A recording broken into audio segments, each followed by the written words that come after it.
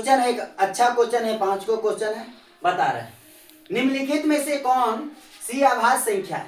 आभाज्य संख्या क्या होता है? जिस संख्या में खुद से और एक से भाग लगता है वो आभाज्य संख्या होता है। जैसे मान लीजिए इसमें आभाज्य संख्या क्या होगा, तो 29 होगा। और सबसे छोटी आभाज्य संख्या क्या होता है? 2।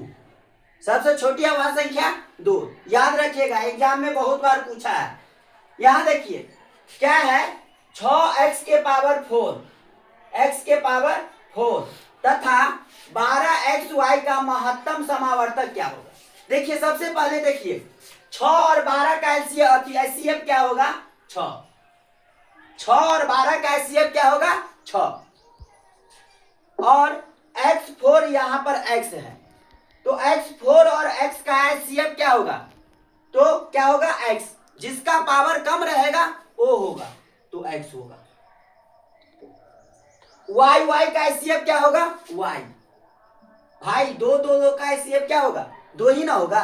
3 का एचसीएफ क्या होगा? 3 ही ना होगा। तो y का एचसीएफ क्या होगा? y। तो y करेक्ट आंसर यही हो जाएगा, 6xy डी।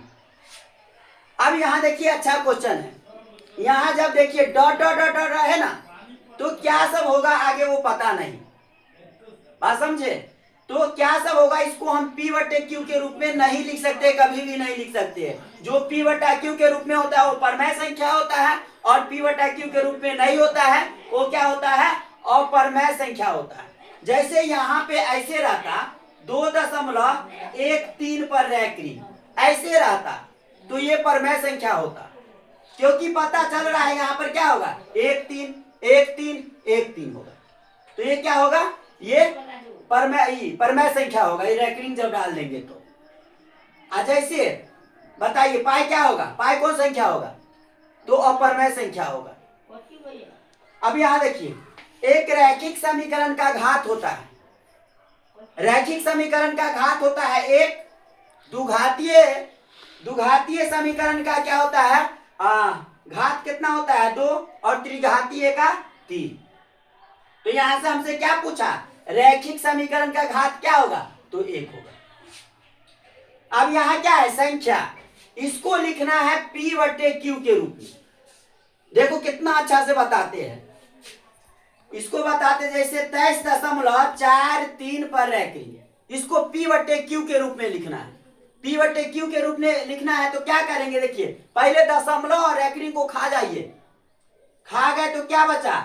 23 और 43, समझ गए इतना? इसको और इसको खा गए, रैकरिंग वाला को झांप लीजिए, क्या बचा? 23 बचा, तो 23 को घटा लीजिए। अब बउआरे देखो तो यहाँ पे कै गो पर रैकरिंग है?